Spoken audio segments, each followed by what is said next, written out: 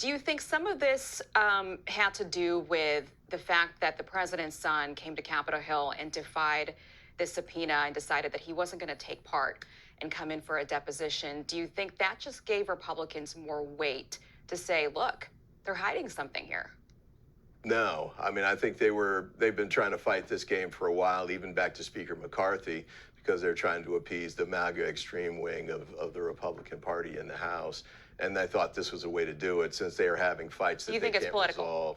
Oh, it's clearly political. They can't resolve issues with respect to the issues we were just talking about. So, you got House Republican leadership pulling bills off the floor, and you've got people like Congressman Chip Roy going on the floor to complain about the inability of the House Republican leadership to get things done. That's a big part of the problem. But with respect to Hunter Biden, he showed up. The Republicans, in fact, we had a meeting. Not for the deposition. He showed up to testify publicly, which... But that's not what he was called for. Actually, I mean, this was a congressional subpoena. Let me finish. Sure. If you read the language that Congressman Comer sent in writing, he said you can come and testify either in a deposition or in public. And he showed up. He was there.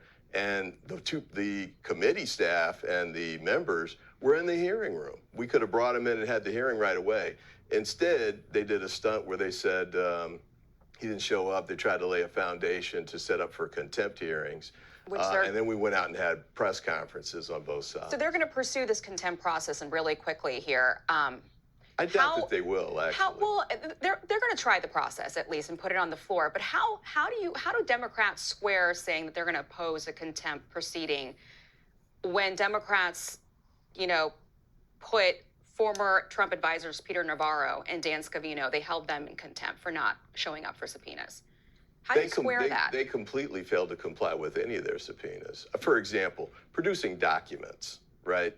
They didn't do those. And you've got members of the House like Congressman Jordan and Congressman Comer, who also received subpoenas, didn't produce documents, didn't appear to testify, didn't respond to interrogatories, just stonewalled the whole thing. So the hypocrisy of it's a bit of a challenge. But on this same allegation, though, on this side. Well, but Hunter Biden showed up. If the people you named never showed up, they never offered to testify, whether in public or in private. They never produced any documents.